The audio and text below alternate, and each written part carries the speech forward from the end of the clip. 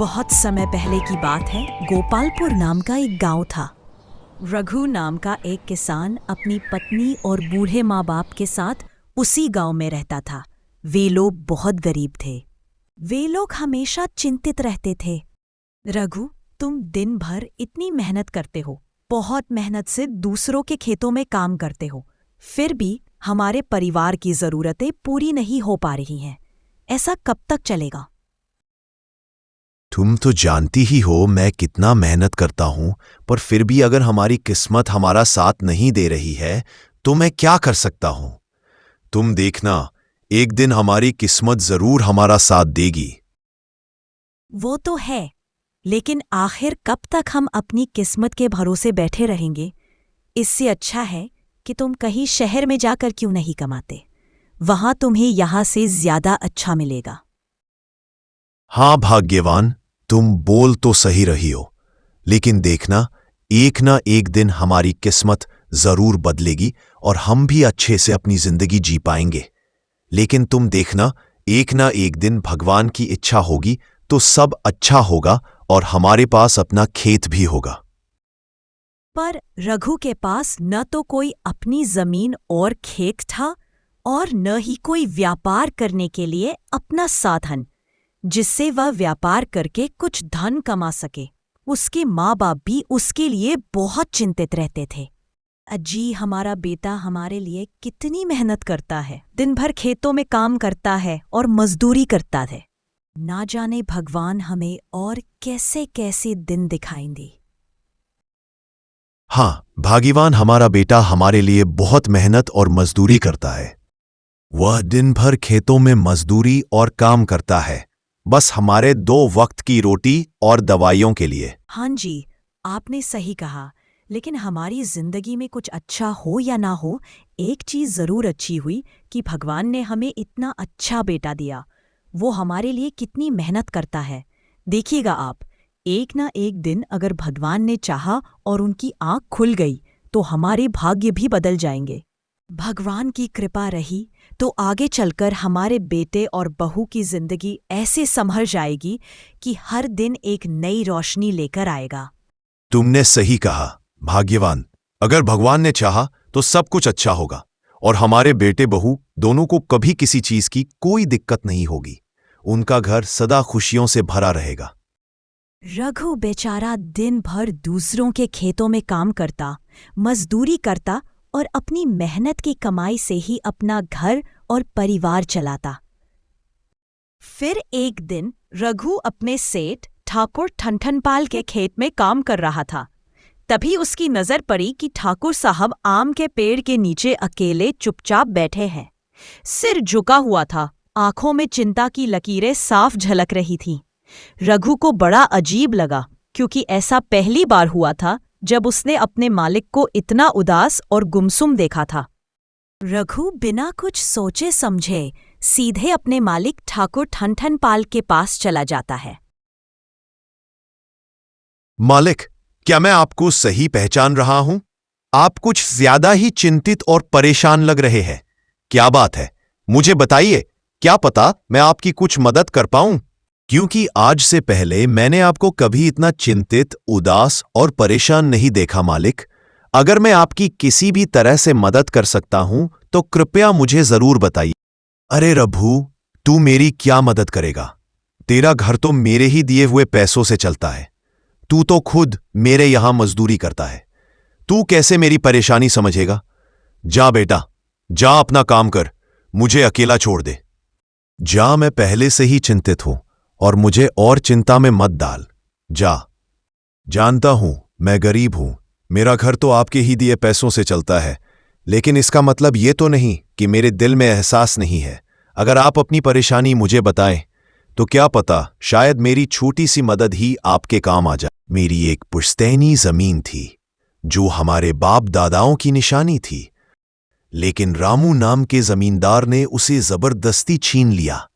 अब सोच रहा हूं पुलिस की मदद लूं, पंचायत बैठवाऊं। अरे मालिक, बस इतनी सी बात। आप इतनी सी बात के लिए इतने चिंतित थे? मेरे पास एक उपाय है जिससे आप अपनी पुश्तैनी जमीन वापस ले सकते हैं। अरे वाह रबू, तू तो बड़ा चालाक और होशियार निकला। मैं तो तेरी समझदारी की दाद देता हूं। अगर तेरा उपाय सच में कारगर निकला और मेरी जमीन वापस मिल गई, तो सुन, मैं उस जमीन का एक टुकड़ा तुझे दे दूंगा ताकि तू अपनी गरीबी मिटा सके और अपनी जिंदगी सुकून से जी सके। नहीं मालिक, मुझे आपकी जमीन का कोई टुकड़ा नहीं चाहिए। मैं तो आपकी मदद सिर्फ इसलिए कर रहा हूं क्योंकि आप मेरे मालिक हैं और मैं आपका सेवक। आपने मुझे मेरे बुरे वक्त में सहारा दिया था। उस एहसान को मैं कभी नहीं भूल सकता। आपके लिए कुछ भी कर सकता हूं मालिक, चाहे जो भी हो, कैसी भी मुश्किल हो। फिर रघु ने खेत में काम करना शुरू कर दिया जैसे वो पहले कर रहा था। फिर अगले दिन रघु उसी जमींदार रामू के घर गया जहां वह और उसकी पत्नी रहते थे। मैं यहां पास से गुजर रहा था तो मुझे कुछ लोगों ने बताया कि आपके घर में किसी मजदूर की जरूरत है। मैं तो मजदूरी ही करता हूं, तो मैंने सोचा क्यों ना आपके ही घर पर कुछ काम करके अपना पालन पोषण कर लूं। और मैंने ये भी सुना है कि आपके घर में अक्सर मजदूरों की जरूरत पड़ती है, खासकर खेतों में, क्योंकि आप बहुत बड़े जमींदार हैं। अरे भाई, तुम्हें किसने कह दिया कि यहां मजदूरों की जरूरत है? जाओ, जाकर कहीं और काम ढूंढो। यहां कोई काम नहीं है। मैं इतना भी बड़ा आदमी नहीं हूं कि सबको काम दे सकूं। जाओ, जाकर कहीं और ढूंढो। मालिक, मैं तो बस एक उम्मीद लेकर आया हूं। अगर आप जैसे बड़े जमींदार के पास भी काम नहीं होगा, तो फिर हम जैसे गरीब कहाँ जाएंगे? मैंने सुना है आपके यहां हमेशा कुछ न कुछ काम होता है। आप एक बार देख लीजिए ना मालिक। कोई भी छोटा मोटा काम हो तो मुझे दे दीजिए। घर में हो, खेत में हो, चाहे जितनी मेहनत क्यों ना हो, मैं करने को तैयार हूं। हाँ हाँ, ये बात तो तुमने सही कही कि हमारे गांव में हमारा बहुत नाम है और हम लोग बहुत बड़े जमींदार माने जाते हैं। इस गांव में तुम्हें कोई दिक्कत नहीं होगी। तुम्हें छोटी मोटी नौकरी मिल ही जाएगी। तुम खेत में काम कर सकते हो। वहाँ कुछ मजदूरों की जरूरत है। वहाँ तुम्हें मेहनत करनी होगी। बाकी तुम्हें तुम्हारी मजदूरी समय पर मिल जाएगी। बहुत बहुत धन्यवाद मालिकिन। आपने मुझे काम दे दिया, इसके लिए मैं आपका दिल से शुक्रगुजार हूं। आप लोग सच में इस गांव के सबसे बड़े और सबसे अच्छे जमींदार हैं। ठीक है, ठीक है, अब ज्यादा बातें मत करो। जाओ और जाकर खेत में काम करो। जमींदार रामू के खेत में वह काम करने लग जाता है। दिल से मेहनती था, इसीलिए हर एक काम को पूरी ईमानदारी और लगन से करता। वो न थकता था, न रुका करता। दिन हो या रात, सुबह की ठंडी हवा हो या शाम की थकावट, हर पल उसने खेत को अपना मानकर मेहनत की, जैसे वो रामू का नहीं, खुद का खेत संभाल रहा हो। एक दिन सुबह रघु की अद्भुत मेहनत देखकर रामू और उसकी पत्नी खेत में आ जाते हैं। अरे मालिक और मालकिन, आप दोनों यहां खेत में? क्या मुझसे कोई गलती हो गई है? अरे रघु, तुम इतनी देर तक खेत में क्यों काम करते रहते हो? अकेले इतना काम मत किया करो। समय पर घर भी जाया करो। हाँ रघु, तुम्हारे मालिक ने सही कहा। अकेले इतना काम मत किया करो, बीमार पड़ जाओगे। जाकर घर पर थोड़ा आराम भी कर लिया करो। आप लोग मेरी फिक्र मत करें। मैं बिल्कुल सही सलामत हूं और समय पर घर भी चला जाऊंगा। मुझे कोई दिक्कत नहीं है और मैं अपना काम ईमानदारी और निष्ठा से पूरा करके ही जाऊंगा। भाग्यवान वो गरीब रघु कितना ईमानदार है। हमने तो बहुत अच्छा किया उसे काम पर रखकर। वो तो अकेले ही 4 आदमियों का काम कर देता है। हाँ बेचारा, हमारे लिए कितना मेहनत और काम करता है। सच में बहुत ईमानदार है। जमींदार और उसकी पत्नी दोनों आपस में ये सारी बातें करते रहते हैं कि रघु कितना ईमानदार था, कितना अच्छा लड़का है। वह दिन भर खेतों में काम करता रहता है, शाम को भी अपना सारा काम खत्म करके ही घर जाता है। सब कुछ कर देता है। कितना मेहनती और ईमानदार लड़का है। वे लोग आपस में बात करते हैं कि हमने तो कभी ऐसा मजबूर और लड़का देखा ही नहीं जो हमारे लिए इतना कुछ कर सके। सच में बहुत अच्छा है। और अगले दिन सुबह होते ही वे लोग खेत में चले जाते हैं। खेत में जाते ही जमींदार और उनकी पत्नी की नजर थानेदार साहब पर पड़ती है। वे दोनों बहुत चिंता में उनके पास जाते हैं। आओ आओ, क्या यह जमीन तुम्हारी है? हाँ हाँ थानेदार साहब, ये जमीन तो हमारी ही है। लेकिन आप यहां कैसे आए? कोई परेशानी है क्या? मन बहुत घबरा रहा है। हमें तो कुछ खबर भी नहीं लगी। आप अचानक यहां क्यों आए? अरे वाह, क्या लोग हो तुम लोग। एक तो चोरी, ऊपर से सीना जोरी। तुम्हारी जमीन में एक इंसान का कंकाल मिला है। हे भगवान, ये आप क्या कह रहे हैं? कंकाल? और वो भी हमारी जमीन में? ये कहाँ से आया? हमें तो बिल्कुल भी पता नहीं है इसके बारे में। हमने तो कभी सपने में भी ऐसा नहीं सोचा था। ये सब क्या हो रहा है? हाँ, कितने झूठे हो तुम लोग। देखो, इधर ही है कंकाल।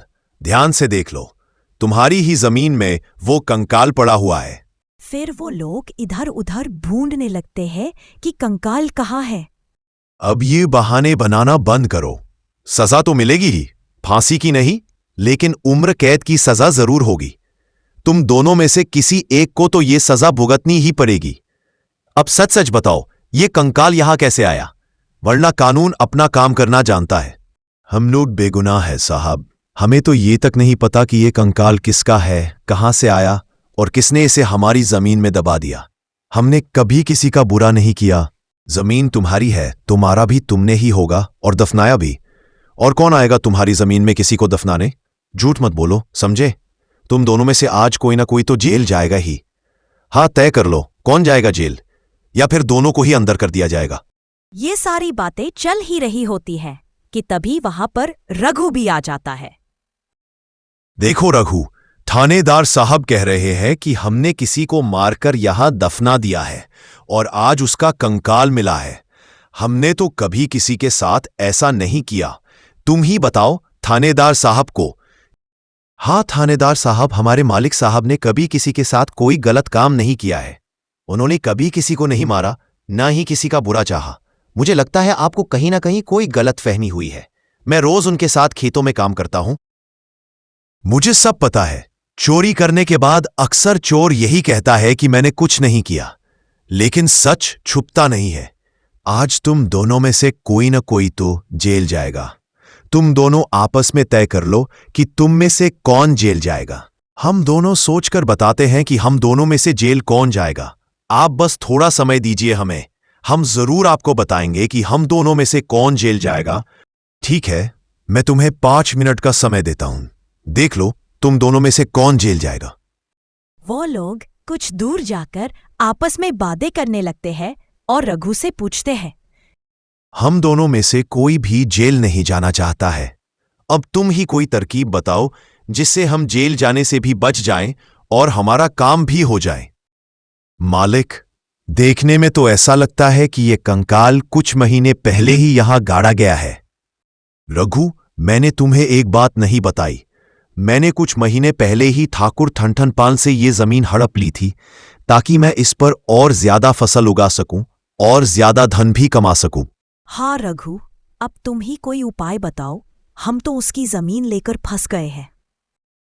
मालिक, मैं एक बात पूछूं, आपके लिए जमीन ज्यादा जरूरी है या आप दोनों की जान?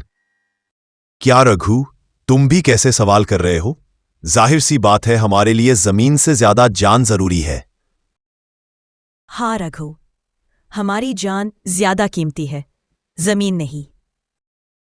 फिर तो आपको थानेदार से जाकर कह देना चाहिए कि यह जमीन हमारी नहीं है, बल्कि ठाकुर ठनठनपाल की है, जिससे हमने ये जमीन खेती करने के लिए ली थी। क्या ऐसे में तो हमारी जमीन छिन जाएगी? तो फिर हम क्या करेंगे? मालिक, आप मेरी तरकीब नहीं समझे। अगर आप थानेदार को सब कुछ सच सच बता देंगे तो थानेदार ठाकुर ठनठनपाल को पकड़कर ले जाएगा और इस तरीके से आप उसकी जमीन वापस से हड़प सकते हैं। अरे वाह रघु, पहले तो तुम्हारी मेहनत ने हमें खुश कर दिया, अब तुम्हारी बुद्धि और चाणक्य नीति भी हमें बहुत खुश कर रही है। वाह, तुमने तो कमाल की तरकीब बताई है। ठीक है मालिक, अब मैंने आपको जैसा जैसा कहा है आप वैसा वैसा करिए। बाकी सब मेरे ऊपर छोड़ दीजिए, मैं सब संभाल लूंगा। फिर वे लोग थानेदार के पास सब कुछ सच बताने के लिए चले जाते हैं। मेरी बात सुनिए थानेदार साहब, ये जमीन हमारी नहीं है। ये जमीन ठाकुर ठनठनपाल की है, जिसे हमने कुछ महीने पहले ही ये जमीन खेती करने के लिए ली थी। अरे वाह, कितनी सफाई से झूठ बोलते हो तुम लोग। अभी खुद फंस गए हो तो अब चाहते हो कि दूसरों को भी फंसा दो। वाह। आप हम पर भरोसा कीजिए थानेदार साहब, यह जमीन हमारी नहीं है। रघु, तुम कुछ क्यों नहीं बोलते? तुम भी तो हमारे साथ कुछ महीने पहले से इस खेत में काम कर रहे हो, और पहले तुम ठाकुर ठनठन पाल की जमीन पर ही काम किया करते थे। तुम थानेदार साहब को सब सच सच बताओ। हां, थानेदार साहब, हमारे साहब सही बोल रहे हैं। मैं कुछ महीने पहले से ही यहां पर काम कर रहा हूं। साहब ऐसे नहीं है, और इसके पहले मैं ठाकुर ठनठन पाल की ही जमीन पर काम करता था। यह जमीन ठाकुर ठनठन पाल की ही है, इन लोगों की जमीन नहीं है ये। ठीक है रघु, तुम जाकर ठाकुर ठनठन पाल को बुलाकर लाओ। सिर रघु जाकर ठन पाल को बुलाता है और ठन पाल सरपंच के साथ आता है। यहां क्या हो रहा है? इतने लोग क्यों जमा है यहां? तो थानेदार साहब, आप भी यहां है? क्या बात है आखिर? मुझे बताइए, हुआ क्या है यहां पे? यहां एक कंकाल मिला है सरपंच जी, और अब रामू सेठ कह रहा है कि यह जमीन उसकी नहीं है, बल्कि ठनठन पाल की है। और फिर थानेदार साहब वहां घटी सारी घटनाएं बिल्कुल साफ साफ सरपंच जी को बताते हैं। सरपंच जी, ये जमीन सच में हमारी नहीं है। हमने तो इसे ठनठन पाल से बस कुछ समय पहले ही ली थी, खेती करने के लिए। अगर आपको यकीन नहीं हो तो हमारे मजदूर रघु से पूछ लीजिए, वही हमारे साथ खेत पर काम करता है। उसे सब पता है कि हमने जमीन कब ली और क्या क्या काम किया वहां। मुझे तो मेरे एक सिपाही ने पहले ही बताया था कि इस जमीन पर पहले से ही कोई केस चल रहा है, और अब तुम बोल रहे हो कि ये जमीन तुम्हारी है ही नहीं। तुमने इस खेत पर जबरदस्ती कब्जा किया था, और अब तुम बोल रहे हो कि ये जमीन ठनठन पाल की है। मैंने ठनठन पाल से उसकी जमीन जबरदस्ती हड़प ली थी, लालच में आकर। मुझे माफ कर दीजिए साहब, मैंने जो गलत किया है उसका पछतावा है, और मैंने जो केस किया था मैं वो केस भी अब वापस ले लूंगा। सुनिए थानेदार साहब, अब आप जाइए, अब यहां सारा कुछ मैं संभाल लूंगा। फिर थानेदार साहब वहां से चले जाते हैं, और फिर सरपंच जी ठाकुर ठन पाल से सवाल जवाब करने लगते हैं। अब सुनो ठनठन पाल, मुझे सब कुछ सच सच बताओ। यहां तुमने किसे मारकर दफनाया है? ये कंकाल किसका है? और अगर ये जमीन तुम्हारी है तो तुमने बिना किसी कागजी दस्तावेज के रामू सेठ को खेती करने क्यों दी? सरपंच जी, ये जमीन मेरी है, और इसे जबरदस्ती रामू सेठ ने मुझसे हड़प लिया था। और जो ये कंकाल मिला है वो असली नहीं है। ये नकली कंकाल मैंने और रघु ने मिलकर वहां दबाया था, सिर्फ रामू सेठ को फंसाने के लिए, ताकि उसे सबक सिखाया जा सके। सरपंच जी, हमारे सेठ बिल्कुल सही बोल रहे हैं। ये जमीन उनकी ही है। उन लोगों ने जबरदस्ती उनसे जमीन हड़प ली थी। तब हमने मिलकर सोचा कि हमें किसी भी तरह से सेठ रामू से सारी सच्चाई साफ साफ उगलवानी है। तभी हमने ये मिलकर साजिश रची और सोचा कि उसे एक सबक सिखाया जाए। दोनों पति पत्नी ये सब सुनते हैं तो उनके पैरों तले जमीन खिसक जाती है। उन्हें अब समझ आ जाता है कि रघु और ठन पाल दोनों आपस में मिले हुए थे, और जो कंकाल निकला था वो नकली था। ये पूरी साजिश थी, एक मिलीभगत, जिसे इन दोनों ने सिर्फ रामू सेठ को फंसाने और सबक सिखाने के लिए रची थी। और फिर दोनों को अपनी गलती का एहसास हो जाता है, और दोनों सरपंच जी और ठन पाल से माफी मांगने लगते हैं। इतना गिड़गिड़ाते देखकर सरपंच जी और ठन पाल दोनों उन्हें माफ कर देते हैं। और जब सेठ रामू अपना केस वापस ले लेते हैं, तब सरपंच जी भी वहां से चले जाते हैं। अब ये जमीन तुम्हारी है और तुम इसके मालिक हो, क्योंकि मैंने तुम्हें यह वादा किया था कि मैं तुम्हें इस जमीन का एक टुकड़ा दूंगा, तो मैं वही कर रहा हूं। मैं तुम्हें इस जमीन का एक टुकड़ा देता हूं। अब तुम इसके सच्चे मालिक हो। नहीं मालिक, यह जमीन आपकी है। मैं इसे कैसे ले सकता हूं? नहीं, मुझे यह स्वीकार नहीं है। आप ही इसे रखिए। ठन पाल रघु को जमीन दे देते हैं और कहते हैं, अब तुम ही इस जमीन के मालिक हो। तुम्हें ही अब इस जमीन को संभालना पड़ेगा और इसकी देखभाल करनी होगी। अब तुम ही इसके असली मालिक हो। इस तरह से रघु की भी जिंदगी बदल जाती है और उसका परिवार हंसी खुशी से रहने लगता है। हमें इस कहानी से यह सीख मिलती है कि हमें हमेशा समझदारी से काम लेना चाहिए और कभी भी दूसरों के साथ बुरा नहीं करना चाहिए। हम जैसा करते हैं, अंत में हमें उसका वैसा ही फल मिलता है। इसलिए सच्चाई, ईमानदारी और अच्छे कर्मों को ही अपनाना चाहिए।